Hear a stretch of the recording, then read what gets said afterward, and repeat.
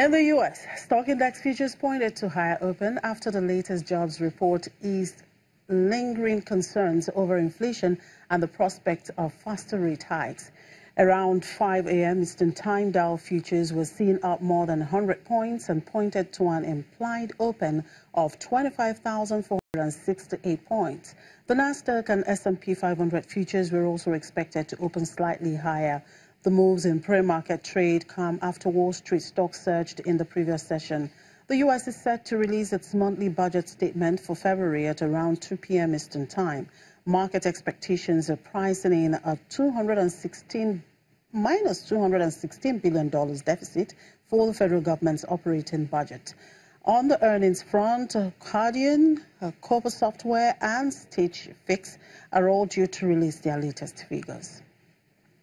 And in Asia, stocks got off to a strong start to the week, with regional markets closing higher today. Those gains came after stock indices stateside surged in the last session on expectation topping U.S. jobs data. In Tokyo, the Nikkei 225 closed up 1.65% after recording a more than 400-point gain earlier in the session. Over in Seoul, the benchmark Kospi index advanced 1% to end at 2,484 points, its highest levels in around 5 weeks, as manufacturing and tech names notched gains. Hong Kong's Hang Seng index advanced 1.84%. Mainland markets also traded higher, but saw slighter gains. The Shanghai Composite edged up by 0.58%, and the Shenzhen Composite finished 1.24% higher. The Australian ASX 200 rose 0.55%. And back here in Africa, Egypt has selected 4 European banks to manage its first euro-denominated bond sale, taking advantage of lower borrowing costs in Europe as it looks to secure funding to plug the budget deficit. The government picked BNP Paribas, Deutsche Bank, Standard Chartered and Intesa Sanpaolo for the issuance worth between 1 billion and 1.5 billion euros that's slated to be held before the start of the fiscal year that begins July 1.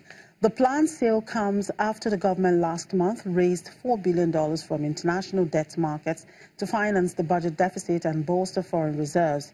The government, which has been struggling to draw in longer-term investments, is counting on such sales to help plug a budget deficit projected to narrow to around 8.5% of gross domestic product in fiscal 2018 to 2019. The government plans to issue $3 billion to $5 billion in international bonds in the fiscal of 2018 to 2019. And Kenya plans to offer 5-year and 20-year Treasury bonds worth $396 million this month. The Kenya Central Bank says it will receive bids for the 2 bonds until March the 20th and auction them a day later. The 5-year bond will have a market-determined coupon, while the 20-year has a coupon of 13.2%. And South African small lender VBS Mutual Bank has been placed under curatorship because of liquidity issues. A curatorship means the central bank can appoint an administrator or curator to run the bank, which was thrust into the spotlight in 2016 when it provided a 7.8 million rand loan to former President Jacob Zuma to reimburse the state for upgrades to his personal income. According to his 2016 annual report, its total assets were around 1 billion rand, and any failure would not pose a systemic risk to the wider economy. He says the problem stemmed from its taking sizable deposits from municipalities that were short-term and then making long-term loans from this risk base. Mutual banks in South Africa do not offer the full range of services that commercial banks do, and the governor said municipalities were not allowed to make deposits with such entities in the first place.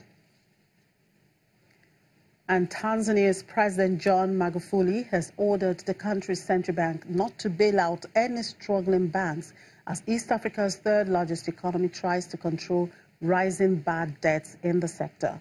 A spike in non-performing loans over the past 2 years has hit local bank profits and choked up new lending to the private sector, undermining economic growth in the country.